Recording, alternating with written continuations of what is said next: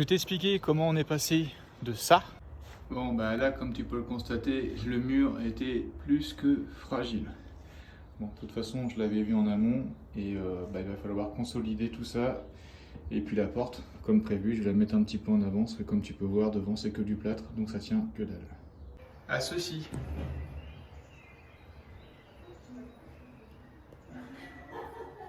Donc pour la petite histoire, on a fait 7 portes, mais on a fait aussi 7 portes.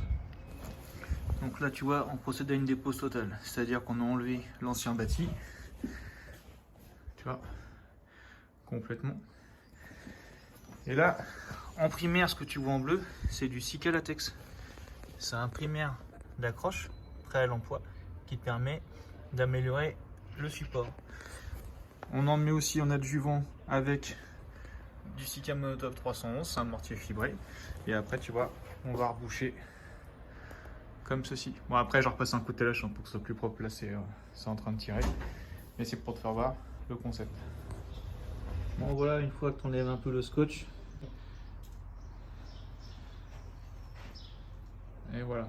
Donc là, en fait, ce qui va se passer, c'est que notre porte, on va la mettre ici. Et ici, ça me permettra de remettre un médium à un couvre-joint pour pouvoir faire quelque chose de propre qui va être repeint par la suite. Mais l'intérêt, c'était de vraiment avoir une bassine de propreté, et puis ça permettra de renforcer aussi l'isolation et puis le support. Bon là tu vois, on vient d'installer la porte, elle est fixée, et je voulais juste te prêter attirer ton œil sur le fait que là tu vois on a mis 5000, c'est-à-dire qu'on a bien centré notre porte par rapport à l'axe le plus petit. Et regarde, tour de Pise, on a 22 mm de faux aplomb, alors qu'ici j'ai qu'un seul millimètre.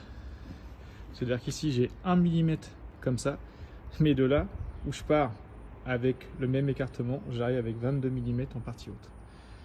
Les joies de la rénovation. Donc là tu vois on est en train de reboucher au mortier parce que notre sol il a une bosse en plein milieu. Et au moins on est sûr qu'on aura une bonne étanchéité. Et là le but pour savoir si tu as bien bourré, regarde, tu t'assures que quand tu viens remettre du mortier de l'autre côté, tu vois, ton mortier ressort. Et donc là, tu es sûr qu'au moins, tu es bien plein partout. Après, tu fais ta finition, mais au moins ça te permet, tu bourres de chaque côté, et il faut que d'un côté ou de l'autre, quand tu repousses, ton mortier ressorte d'un côté ou de l'autre. Et là, tu es sûr que c'est rempli. Donc là, on a rebouché au mortier en périphérie. En bas, tu vois, on a refait notre seuil.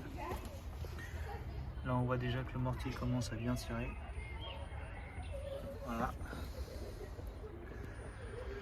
Et puis à l'intérieur,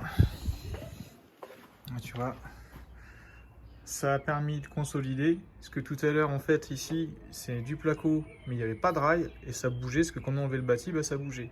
Et grâce au Sika latex et au Sika Monotop, et regarde, t'as l'impression que c'est un parpaing maintenant. Ça a complètement consolidé. Donc là, on l'a refait sur tout le pourtour. Et ici, voilà, comme j'avais pas grand chose, on a remis de la mousse polyuréthane et il restera des petites finitions à faire. Mais là, pour aujourd'hui, c'est terminé.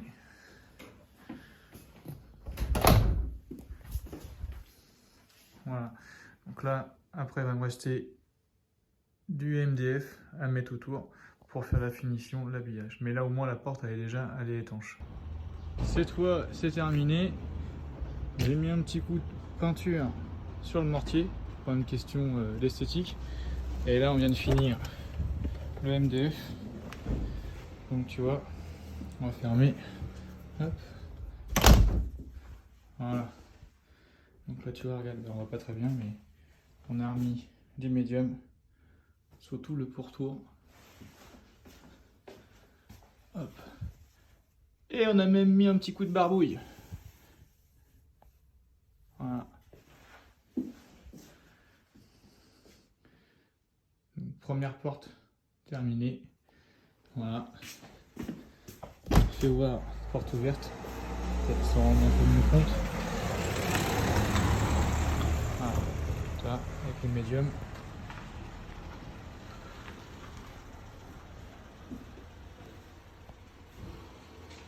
Voilà pour la première porte.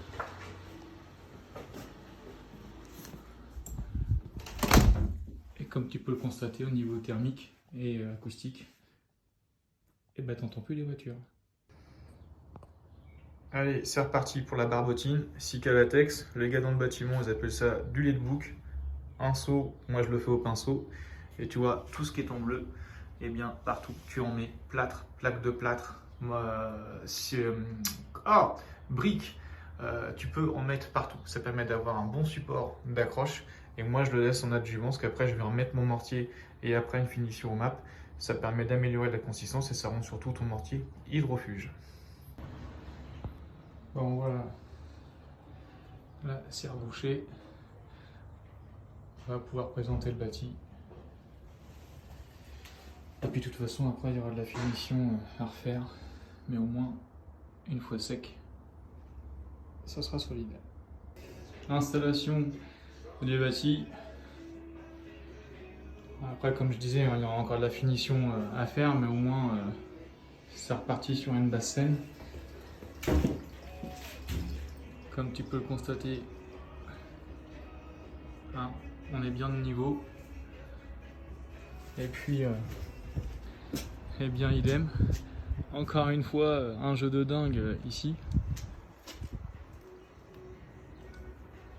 En face, moins. Et en bas, bah, tu vois, j'ai calé, j'ai 3 mm de chaque côté.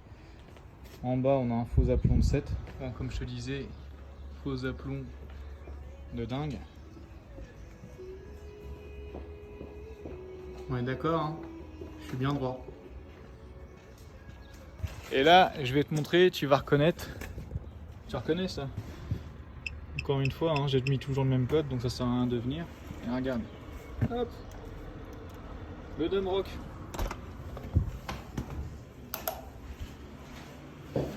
Et on l'a mis sur une porte blindée. C'est pas top ça? Dans le Dumrock. Si tu me suis, tu connais le principe, tu appuies sur les verlocks, ça te permet de sortir et tu refermes et voilà, reverrouillage automatique. Et donc là sur une porte blindée, tu ne perds pas ta certification. Et pour ceux que ça gave, parce qu'ils trouvent trop lent, regarde, ben voilà, tu peux sortir comme ça aussi. Concernant les finitions, et tu vois, il se referme. Concernant les finitions, j'ai remis du plâtre.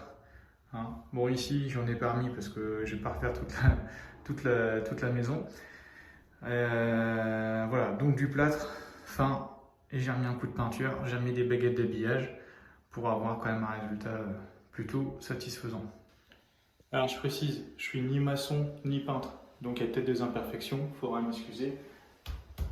Mais comme tu peux le voir, c'est costaud, c'est renforcé. Et c'était quand même le but de l'installation. Bon, il y a encore une petite démo, histoire de... Tu vois, tu sors de chez toi, tu fermes. Et voilà, t'es tranquille. Et regarde-moi ça. On a même notre numéro sur la clé. En résumé, quand tu fais venir un artisan chez toi, avant de comparer le prix, assure-toi de ce qu'il va te proposer, des matériaux de mise en œuvre, de la prestation aussi qu'il va te fournir. Bon, là on était quand même sur un cas assez exceptionnel. Comme on a fait les 2 portes, comme je t'ai fait voir sur la vidéo, il y a eu un prix qui a été fait exceptionnellement. Ça m'a pris 3 jours avec mon collègue pour pouvoir réaliser les travaux. Mais là au moins le client, il n'a rien à faire. Donc voilà. Encore une fois, à l'avenir, quand tu fais venir un entrepreneur, regarde bien ce qu'il te propose. Allez, à plus!